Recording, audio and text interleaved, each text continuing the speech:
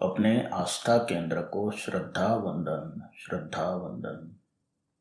बैठ झरोखे देख रहे हम, निकली है भगवन की सवारी, एक भगवान साथी सहकारी। हमने देखा कि सत या निसर्ग यह अभेद, अद्वैत और अखंड है, जिसमें सारा अस्तित्व समाया है। सत को सम्यक तरह से समझने के लिए उसके जीव और अजीव ऐसे दो भेद किए हैं। ये भेद कुछ विशेष गुणों को लेकर किए हैं।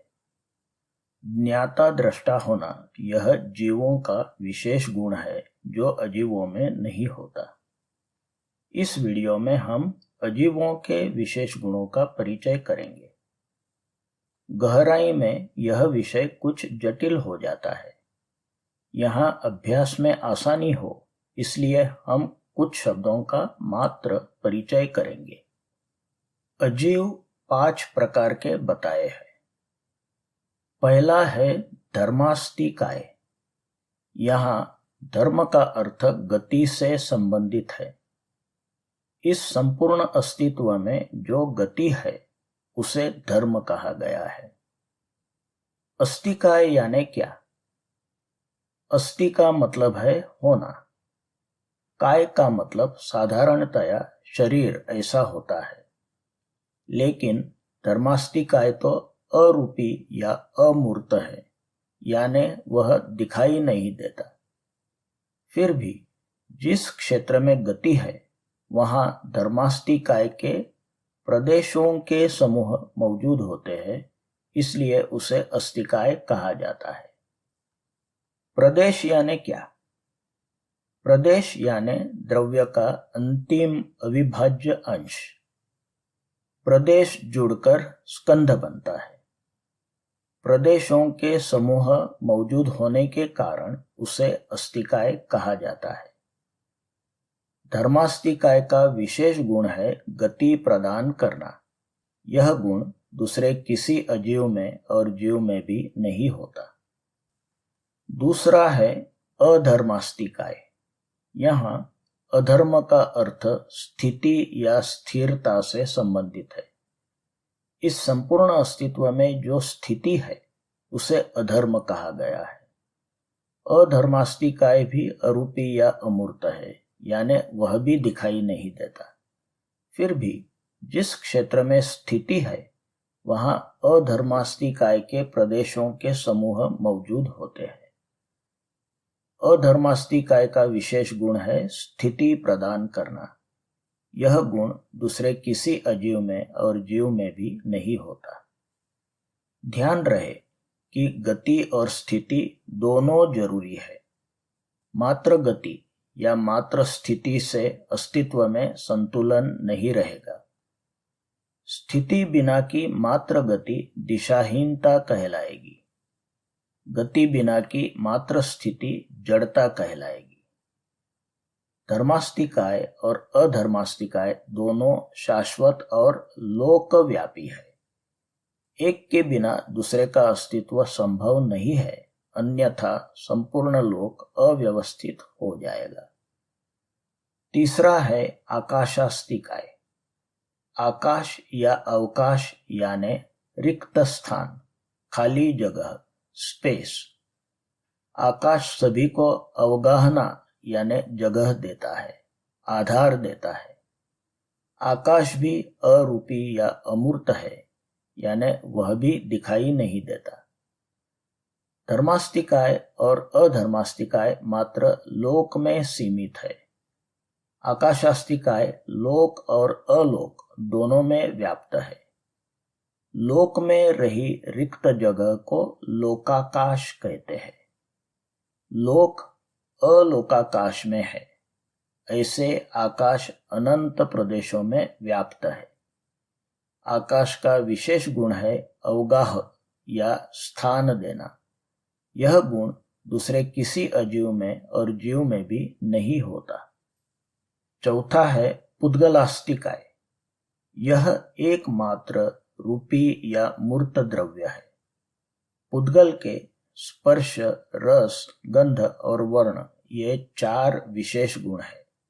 ये गुण दूसरे किसी अजीव में और जीव में भी नहीं होते। हमने देखा कि धर्मास्तिकाय, अधर्मास्तिकाय और आकाशास्तिकाय के अंतिम अविभाज्य अंश को प्रदेश कहते हैं। पुद्गल के अंतिम अविभाज्य अंश को परमाणु कहते हैं। फर्क यह बताया गया है कि धर्मास्तिकाय, अधर्मास्तिकाय और आकाशास्तिकाय के प्रदेश अपने स्कंधों से पृथक नहीं हो सकते। परमाणु पुद्गल स्कंध से जुदा भी हो सकता है और पुनः जुड़ भी सकता है। पुद्गल स्कंध के भी प्रदेश होते हैं। परमाणु दिखाई नहीं देता, फिर भी स्पर्श, रस, गंध और वर्ण होने के कारण इसे मूर्त या रूपी कहा गया है। परमाणु शाश्वत है, उसके स्कंध जुड़ते हैं और बिखरते भी हैं। यह विविध आकारों और प्रकारों में दिखाई देता है। पुद्गलास्तिकाय को अन्य दर्शनों में प्रकृति या माया कहा गया है। हमारे योग यानी मन, वचन, काया, इंद्रिय, बुद्धि और प्राण, ये सब पुद्गलों के उपकार है। हमें दिखाई देने वाला बाहरी रूपी जगत पुद्गलों से बना है। हमारा सुख दुख, जन्म मरण ये पुद्गलों की वजह से है। जीव को भी अस्तिकाय कहा है क्योंकि जीव के प्रदेशों के समूह शरीर में व्याप्त है। जीव खुद अरूपी और अमूर्त है, फिर भी वह अस्तिकाय है, इसलिए उसे जीवास्तिकाय कहा गया है। धर्मास्तिकाय, अधर्मास्तिकाय, आकाशास्तिकाय, पुद्गलास्तिकाय और जीवास्तिकाय ये 5 मिलकर पंचास्तिकाय होते हैं।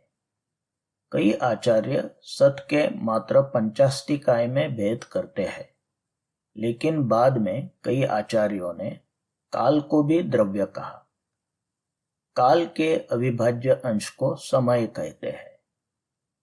काल के अस्तिकाय की तरह व्यवस्थित प्रदेश समूह नहीं होते, इसलिए काल को द्रव्य कहा लेकिन अस्तिकाय नहीं कहा। काल का लक्षण वर्तना है। वर्तना यानी परिवर्तन। इस सृष्टि के समस्त परिवर्तनों के निमित्त रूप द्रव्य को काल कहा है। काल वह द्रव्य है जो नए को पुराना करे और पुराने को नया। ऐसे 5 अस्तिकाय और काल मिलाकर 6 द्रव्य होते हैं जिन्हें षड द्रव्य कहा जाता है। इनमें मात्र पुद्गल यह रूपी या मूर्त द्रव्य है, बाकी के 5 अरूपी या अमूर्त द्रव्य है। धर्मास्तिकाय, अधर्मास्तिकाय, आकाशास्तिकाय, पुद्गलास्तिकाय और काल ये 5 अजीव है। ऐसे षड द्रव्यों में 5 अजीव है, 5 अस्तिकाय है और 5 अरूपी द्रव्य है। यहाँ अजीव के बारे में और अधिक विस्तार नहीं करेंगे, लेकिन कुछ मौलिक अवधारणाओं का अवलोकन करें। अजीव अपने आप में शाश्वत, शुद्ध और सिद्ध है। एक जीव मात्र ही ऐसा है कि जिसे सिद्ध या मुक्त होने के लिए अजीव का सहारा लेना जरूरी होता है। अजीव और जीव दोनों सत की संतान है। अजीव को जीव की दृष्टि से देखने से पुण्य होता है, जीव को अजीव की दृष्टि से देखने से पाप होता है। इसलिए जीव और अजीव दोनों के प्रति आदर भाव रहे। अल्पश्रुतं श्रुतवतां परिहास धाम त्वद्भक्तिरेव मुखरी कुरुते बलान् माम्। बोलिए उपकारी चराचर सृष्टिमय निसर्ग देव भगवान की जय।